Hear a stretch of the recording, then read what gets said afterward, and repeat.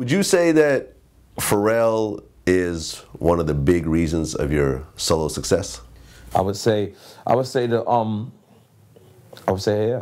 Pharrell is a big reason of my solo success. I would say my solo success started from I'm Leaving. The War Report was out. I went back to classic album. So I went classic album. I love that people say it's a classic now. And I'll be honest, that's my favorite album from you. Ah, thank you. Well, the War Report was I was still selling crack when the War Report was out. So. And I don't even drink like that. I sell crack. I was still I was still selling crack during the War Report, and I actually didn't know what to do. Capone had got locked up, and Traj kind of like, I don't want to say he cut me off, but he kind of was like, you know, I'll deal with you when I deal with you. He, in my opinion, Traj looked at Capone like the star. In my opinion, now interesting. He I could be wrong, but that's what I felt. I felt like he was grooming Capone to be the next Nas. In his opinion, he thought that. And I kind of I needed an expression. Because at the time, I was bombarded by Queensbridge music, meaning it was Mobb Deep, it was Nas, it was Rapper Nore, it was CNN, and then we had Akinelli, but Akinelli hardly would even say he's from Left Rack. I needed something to make me different. I was tired of people, because automatically you're a two-man group, you rhyme like always like Queens, you automatically got compared to Mobb Deep. You know what I'm saying? I hated that. You know what I'm saying? Not because I hated them or hated their music, because I liked them and looked up to them, but I wanted to be my own man. So I needed something. I didn't know what I needed, so I started to do this. What? And I remember Traj saying, yo, you know, you got to calm down, because all the Queensbridge guys, if you look into their rhyme style, they was predominantly cool. Yo. And you were hype. Yo. And I was hype. I really represented their hood and our hood, because there's nothing calm down about Queensbridge. There's nothing actually calm down about Left Rack. So I didn't know why we were doing that. So I needed something. And the first record it did was I'm Leaving. It was on the Firm album.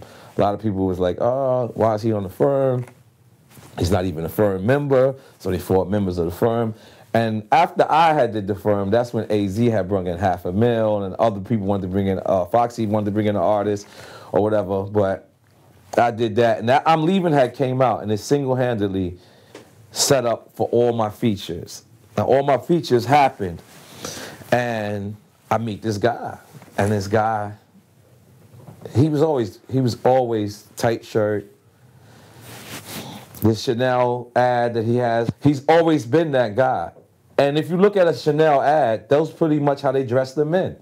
Like, pretty much like that. I don't see nothing homo about that. So just in case if we were going to go there, I don't see nothing. No, I was just getting your opinion. He's always been that guy. And I think I got to credit him, but I also got to credit myself, because I was hot at the time. And here goes this guy, he walks in my studio, and he goes, if you listen to me, you're going to have a #1 hit. And I said, I'm going to listen to you. Who don't want that? Like for some reason, I was the hot guy, and I could have been like, shut up. And he played me 2 beats, and these shits was hot. They were hot. And I was on my way to Miami. And he said to me, yo, do not listen to this 3rd beat till you get to Miami. Okay. And again, I was the hot dude, so I was like, what do you mean you don't listen to this 3rd beat? You know what I mean? You know, I think this was when CD Walkmans just came out. I was like, man, I'm throwing this shit on, right? And I said, you know what, I'm going to listen to this guy. And I went to Miami, it was the Kent Hotel, I can't forget. And it was the first time I ever seen a producer make a beat for me. Like, he was like, that Manuel Noriega on the beginning of Superthug, what, that shit was there.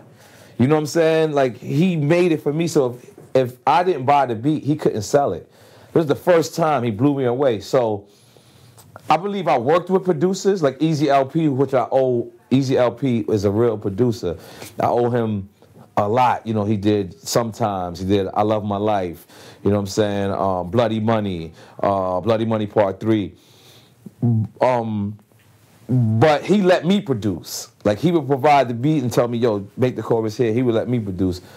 I would have to honestly say the first time I worked with Pharrell was the first time I was ever produced. So he was telling you how to put the chorus together and everything? No, the crazy shit was, here's the funny shit about the chorus. When Pharrell first sent me to the joint, everything on there was the same except it was going, yeah, yeah, yeah, yeah. So I called him. I said, yo, can I change the girl to say, what? And he was like, it's even better, right? So I knew this guy's a genius. I know I sound retarded. And I know it sounds so cliche now. Oh, you knew Pharrell was a genius. No, I actually did. Like there's actually records of it, you cocksuckers. So for everybody who's Pharrell's fans now and is gonna look at me like, who the fuck is this guy? Because you probably don't know me.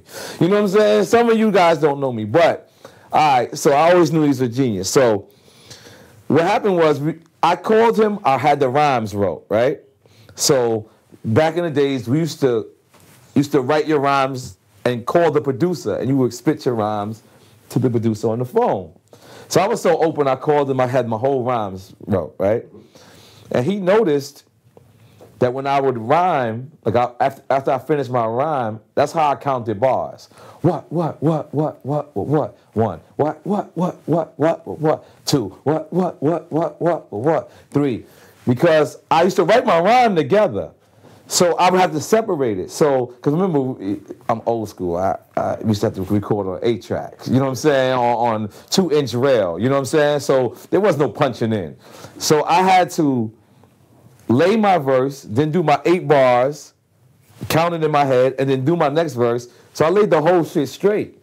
So I did that. I had been doing that for my records for quite some time. So I come out the booth. This is now when we recorded it. So I come out the booth and I do the what. And I said, now we just gotta do the hook and we straight. He was like, no problem, we got the hook already. So, you know, I went and ordered some Chinese food. I came back and I'm like, where's the hook? He's like, that's the hook. I'm like, yo, for real, they're gonna laugh at me. What? He's like, that is going to work. And I was like, up until like when it really got mixed, I was like, yo, I don't know if I'm feeling this. And he was like, well, what did I tell you? If you listen to me, you're going to have a #1 record. And at the time, I think he did work with Total or he worked with Mace, but that was his fault, was that they wasn't listening to him. So I listened to the dude and it went #1. #1.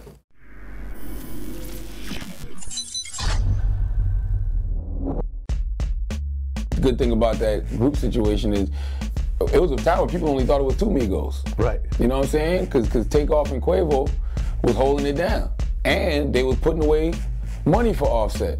I would have to say maybe 5,000. Because you gotta remember, in T.T. Boy's career, he was able to do 100% of black girls and 100% of white girls. Whereas in my case, I'm limited to 100% of the ethnic women